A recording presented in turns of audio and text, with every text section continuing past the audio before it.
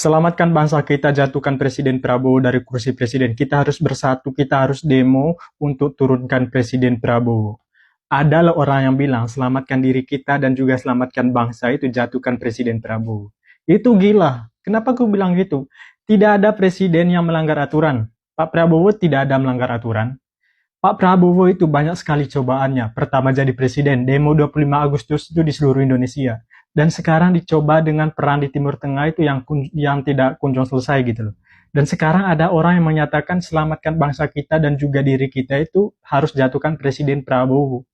Emang Pak Prabowo itu salah apa? Emang dia itu melanggarkan aturan apa? Dan kalian harus tahu ya, kalau mau jatuhkan Presiden Pak Prabowo atau pencopotan Presiden, itu kalau dia itu melanggar aturan yang berat. Dan yang berhak copot Presiden adalah anggota DPR, wakil rakyat. Bukan semena-mena jatuhkan Presiden Pak Prabowo, copot dari kursi Presiden untuk selamatkan bangsa. Kita harus bersyukur sekarang harga BBM itu tetap stabil, walaupun di negara lain itu udah naik. Kita harus bersyukur punya pemerintah itu memikirkan masyarakat dan ekonomi terkendali. Kita harus bersyukur, jangan memprovokator masyarakat itu tuh benci Pak Prabowo. Gitu. Jangan memprovokator seperti itu. Walaupun saya juga sering protes program MBG Pak Prabowo. Aku memang tidak suka dengan program tersebut, bukan berarti aku itu tidak suka semuanya tentang Pak Prabowo. Gimana tanggapan kalian? Menggulingkan Prabowo adalah jalan terbaik buat masa depan bangsa Indonesia.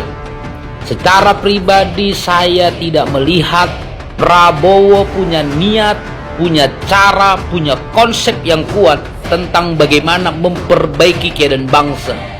Tidak ada satupun yang tuntas di masa pemerintahan Prabowo yang berusia 1 tahun 8 bulan ini. Saya mendukung gerakan untuk menggulingkan Prabowo karena masa depan bangsa jauh lebih baik, jauh lebih penting ketimbang setia kepada Prabowo Subianto yang tidak ngerti bagaimana caranya mengelola negara. Terlalu banyak kekacauan diakibatkan karena kebodohan dan kepongahan Prabowo Subianto. Oke teman-teman, Pak Prabowo jangan sampai peristiwa 1998 terjadi pada Bapak. Kita simak dulu teman-teman videonya. Selamat pagi Bapak Prabowo Subianto, Presiden Republik Indonesia yang ke-8. Saya Cornelis Pak, putra Dayak sejati, ingin memberikan masukan, pandangan pribadi terhadap kinerja Bapak. Terserah mau disebut sebagai apa, tetapi inilah Pak, pandangan saya sebagai rakyat jelata. Bapak Presiden, saya beberapa puluh kali menonton pidato-pidato Bapak, baik melalui media televisi ataupun media online. Di mana dalam pidato Bapak selalu membanggakan kesuksesan program-program Bapak, keberhasilan langkah kerja Bapak sebagai Presiden. Bahkan dengan jumawanya, dengan sombongnya di forum internasional, Bapak mengatakan MBG, makanan bergizi gratis di Indonesia, mengalahkan McDonald. Orang mungkin bertepuk tangan Pak, tetapi tepuk tangan untuk apa? Kemudian yang kedua Pak, pada saat terjadi musibah dan bencana di Aceh dan Sumatera, seorang menteri Bapak melaporkan, izin Pak Presiden, kami laporkan, kami sudah rapat hingga pukul 2 tadi malam, kami tidak tidur, bahwa penanganan listrik di lokasi bencana telah mencapai 90%. Wah, Bapak Presiden bangga. Kalian luar biasa menteri-menteriku. Begitu kan Pak? Tetapi Pak, fakta di lapangan Pak, media-media menyampaikan bahwa listrik yang terpasang di daerah bencana belum mencapai 50% Pak. Jadi apakah ini juga termasuk bahwa Bapak dikibulin anak buah? Nah, itu contoh-contoh langkah kerja Bapak, yang Bapak selalu banggakan dan memuji diri sendiri, Pak. Kemudian, Pak, dari kacamata pribadi saya, Bapak hanya ingin duduk di kursi kekuasaan untuk kepentingan keluarga, kerabat Bapak, dan oligarki. Bukan untuk mensejahterakan rakyat. Bukan untuk kepentingan rakyat Indonesia. Itu saya lihat dari cara Bapak merangkul TNI dan Polri. Memberikan kesempatan untuk ikut di dalam proyek besar di Republik ini. Bapak berharap dengan merangkul TNI, pejabat-pejabat tinggi TNI, maka kursi kekuasaan Bapak aman, terlindungi.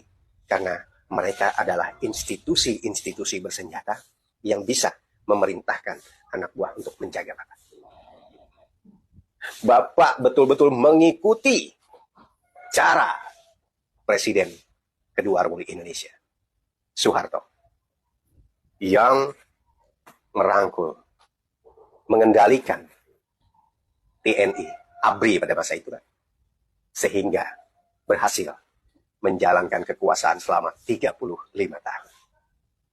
Bapak ingin meniru itu di zaman sekarang. Sehingga ada program-program besar yang menyedot dana negara untuk pembangunan demi menjaga kursi kekuasaan yang Bapak duduki. Bapak Presiden, saya mengajak Bapak kilas balik. Saya mengajak Bapak untuk mencermati, memikirkan lebih dalam apa yang terjadi di tahun 1998. Kekuatan bersenjata, Pak, tidak mutlak bisa menjaga dan melindungi kursi kekuasaan Bapak. Ada banyak contoh sekarang, Pak, negara-negara yang runtuh ketika rakyat bergerak, ketika kekuatan rakyat bersatu. People power. Ada Nepal, ada negara-negara lain, Pak, yang hancur dalam dekade ini. Karena itu, Pak,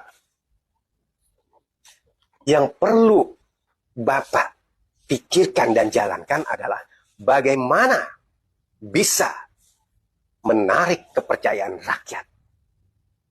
Bagaimana bisa mensejahterakan rakyat, memakmurkan rakyat, dan tidak mengatakan rakyat miskin, tetapi memberikan kekayaan kepada rakyat.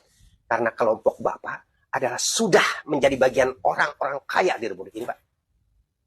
Kalau Bapak bisa memberikan kekayaan, kesejahteraan, dan kemakmuran untuk rakyat, Bapak akan melihat bahwa rakyatlah yang akan melindungi Bapak.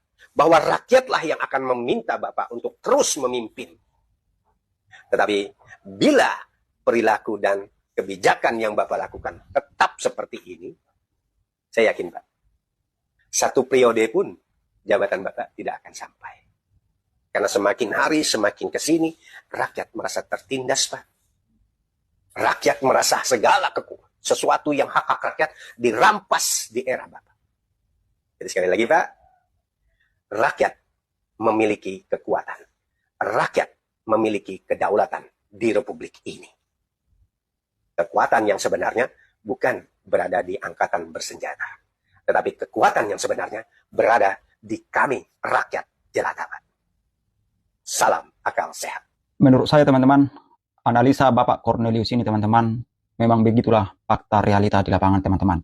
Dan semoga ini didengar oleh Bapak Presiden kita, teman-teman, Bapak Prabowo Subianto. Oke? Bagaimana pendapat teman-teman? Tulis di kolom komentar dan share video ini, teman-teman, biar orang lain